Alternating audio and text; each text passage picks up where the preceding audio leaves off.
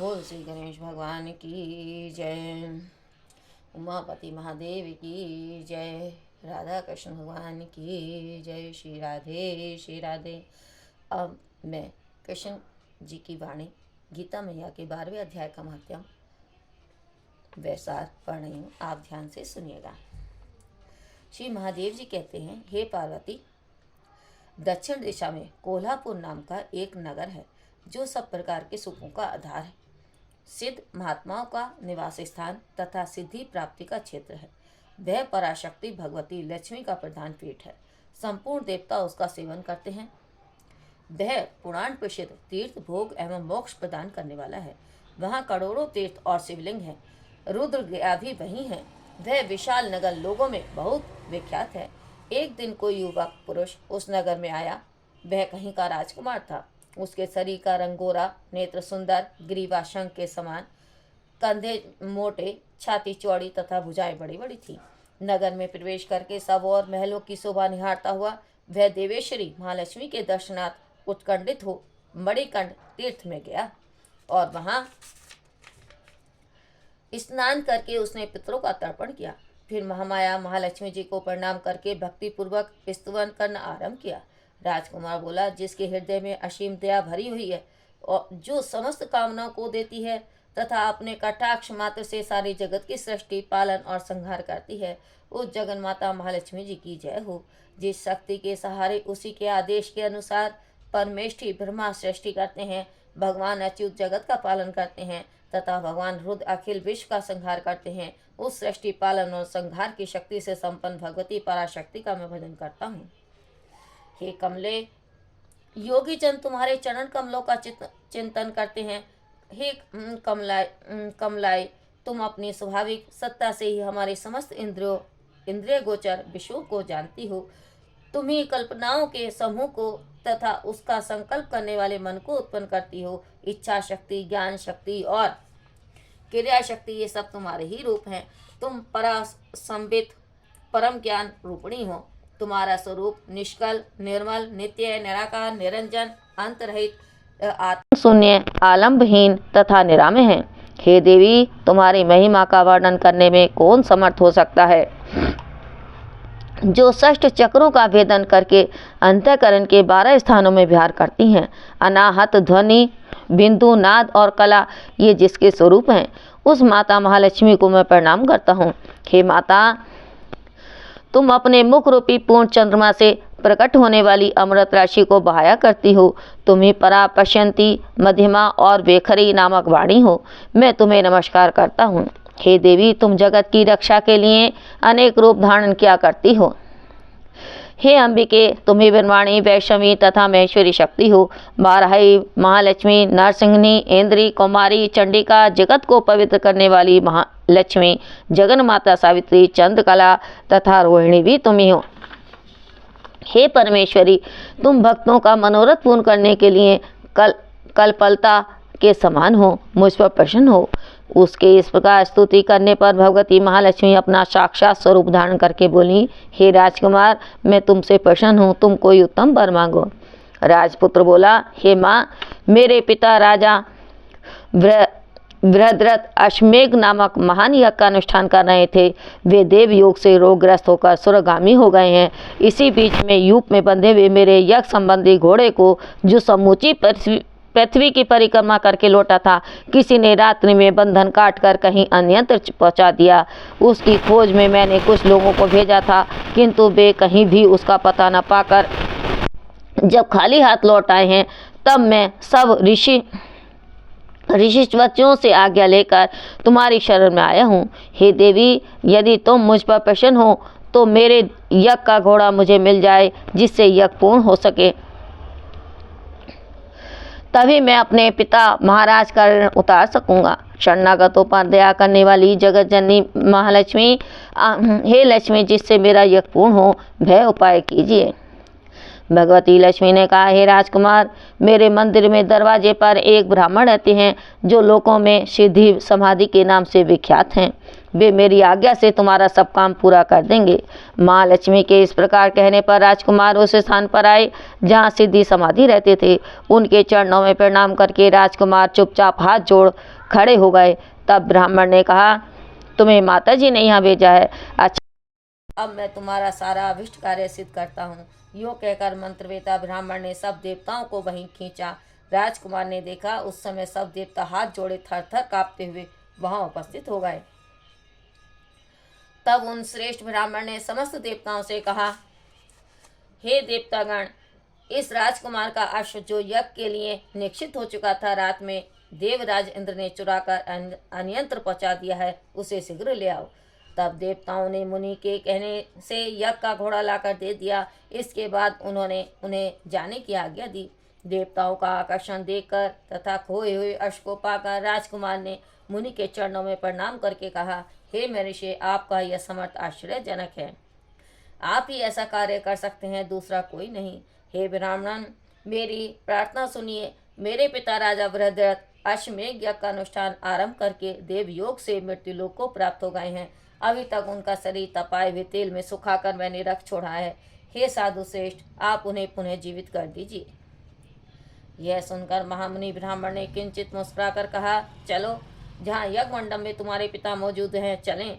तब सिद्धि समाधि ने राजकुमार के साथ वहां जाकर जल अभिमंत्रित किया और उसे उस शव के मस्तक पर रखा। उसके रखते ही राजा सचेत होकर उठ बैठे। फिर उन्होंने ब्राह्मण को देखकर पूछा, हे धर्म स्वरूप, आप कौन हैं? तब राजकुमार ने महाराज से पहले का सारा हाल कह सुनाया। राजा ने अपने को पुनः जीवन दान देने वाले ब्राह्मण को नमस्कार करके पूछा, हे ब्राह्मण, किस पुण्य से आपको यह अलौकिक शक्ति प्राप्त हुई है? उनके योग कहने पर ब्राह्मण ने मधुर वाणी में कहा, हे राजन, मैं प्रतिदिन आलस्य रहित होकर गीता के 12वें अध्याय का जप करता हूँ। उसी से मुझे यह शक्ति मिली है जिससे तुम्हें जीवन प्राप्त हुआ है। यह सुनकर ब्राह्मणों सहित राजा ने उन ब्रह्म ऋषि से गीता के 12वें अध्याय का अध्ययन किया। उसके माध्यम से उन सबकी सदगति हो गई। दूसरे जीव भी उसके पाठ से परम मोक्ष को प्राप्त हो चुके हैं। बोल श्री कृष्ण भगवान की जय, राधा रानी की जय। ओम श्री परमात्मे नमः। 12वें अध्याय का सार सुनिएगा। इस प्रकार भगवान के वचनों को सुनकर अर्जुन बोले, हे मनमोहन, जो अनन्य प्रेमी भक्तजन इस पूर्वोक्त प्रकार से निरंतर आपके भजन ध्यान में लगे हुए हैं, आप सगुण रूप परमेश्वर को अति श्रेष्ठ भाव से उपासते हैं और जो अविनाशी सच्चिदानंद घन निराकार को ही उपासते हैं, उन दोनों प्रकार के भक्तों में अति उत्तम योगवेता कौन है? इस प्रकार अर्जुन के पूछने पर श्री कृष्ण भगवान बोले, हे अर्जुन, मेरे में मन को एकाग्र करके निरंतर मेरे भजन ध्यान में लगे हुए जो भक्तजन अतिशय श्रेष्ठ श्रद्धा से युक्त हुए मुझ सर्वगुण रूप परमेश्वर को भजते हैं, वे मेरे को योगियों में भी अति उत्तम योगी मान्य हैं, अर्थात उनको मैं अति श्रेष्ठ मानता हूँ। और जो पुरुष इंद्रियों के समुदाय को अच्छी प्रकार बस में करके मन बुद्धि से परे सर्वव्यापी अकथनीय स्वरूप और सदा एक रस रहने वाले नित्य अचल निराकार अविनाशी सच्चिदानंद घन ब्रह्म को निरंतर एकाकी भाव से ध्यान करते हुए उपासते हैं, वे संपूर्ण भूतों के हित में रत हुए और सब में समान भाव वाले योगी भी मेरे को ही प्राप्त होते हैं।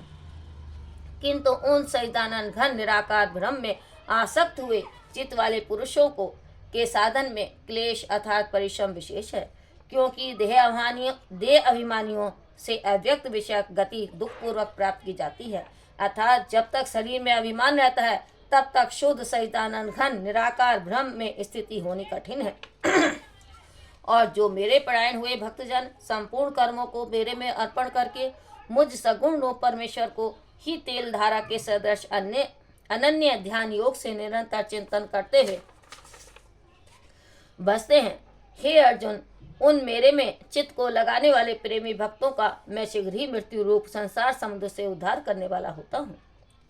इसलिए हे अर्जुन, तू मेरे में मन को लगा और मेरे में ही बुद्धि को लगा। इसके उपरांत तू मेरे में ही निवास करेगा, अर्थात मेरे को ही प्राप्त होगा। इसमें कुछ भी संचय नहीं है। यदि तू मन को मेरे में अचल स्थापन करने के लिए समर्थ नहीं है तो हे अर्जुन, अभ्यास स्वरूप अभ्यास रूप योग के द्वारा मेरे को प्राप्त होने के लिए इच्छा कर।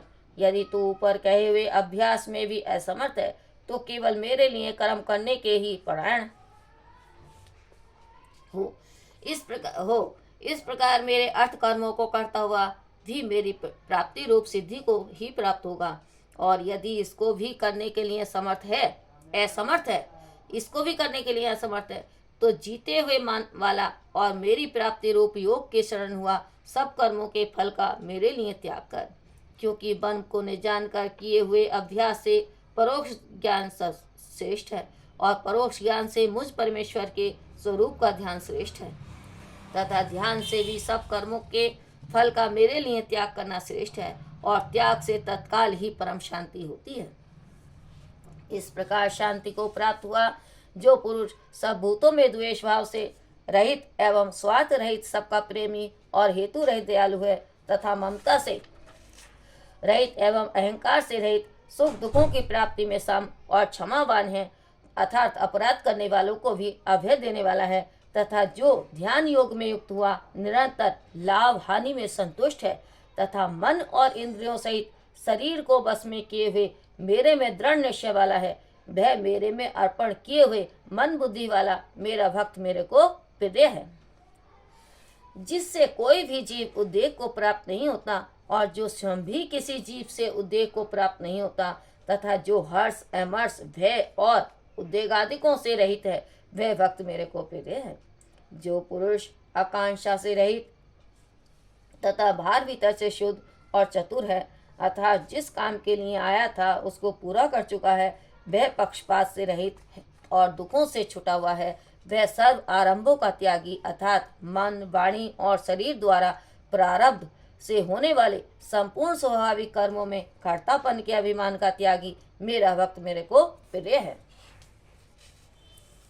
जो न कभी हर्षित होता है, न द्वेष करता है, न सोच करता है, न कामना करता है तथा जो शुभ और अशुभ संपूर्ण कर्मों के फल का त्यागी है, वह भक्ति युक्त पुरुष मेरे को प्रिय है। जो पुरुष शत्रु, मित्र और मान अपमान में सम है तथा सर्दी, गर्मी और सुख दुख आदि द्वंद्वों में सम है और सब संसार में आसक्ति से रहित है तथा जो निंदा स्तुति को सम्मान समझने वाला और मननशील है अर्थात ईश्वर के स्वरूप का निरंतर मनन करने वाला है एवं जिस किस प्रकार से भी शरीर का निर्वाह होने में सदा ही संतुष्ट है और रहने के स्थान में ममता से रहित है, वह स्थिर बुद्धि वाला भक्तिमान पुरुष मेरे को प्रिय है। और जो मेरे परायण हुए अर्थात मेरे को परम आश्रय और परम गति एवं सबका आत्मरूप और सबसे परे परम पूज्य समझकर विशुद्ध प्रेम से मेरी प्राप्ति के लिए तत्पर हुए श्रद्धा युक्त पुरुष उस ऊपर कहे हुए धर्म में अमृत को निष्काम भाव से सेवन करते हैं, वे भक्त मेरे को अतिशय प्रिय हैं। बोल श्री कृष्ण भगवान की जय। जय भगवत गीते, जय भगवत गीते, हरि कमल बिहार सुंदर सुपुनीते, जय भगवत गीते। कर्म सुमर्म प्रकाशनि कामा शक्ति हरा, तत्व ज्ञान विकासिनि वेद्या ब्रह्म परा, जय भगवत गीते। निश्चल भक्ति विधायनि निर्मल मलहारी, शरण रैष प्रदायनि सब विध सुखकारी, जय भगवत गीते। राग द्वेष विदाणिनि ताणिनि काणिनि मोद सदा, भव विहाणिनि ताणिनि परमानंद प्रदा, जय भगवत गीते। असुर भाव विनाशिनी नाशिनी तम रजनी, देवी सदगुण दायिनी हरि रसिका सजनी, जय भगवत गीते।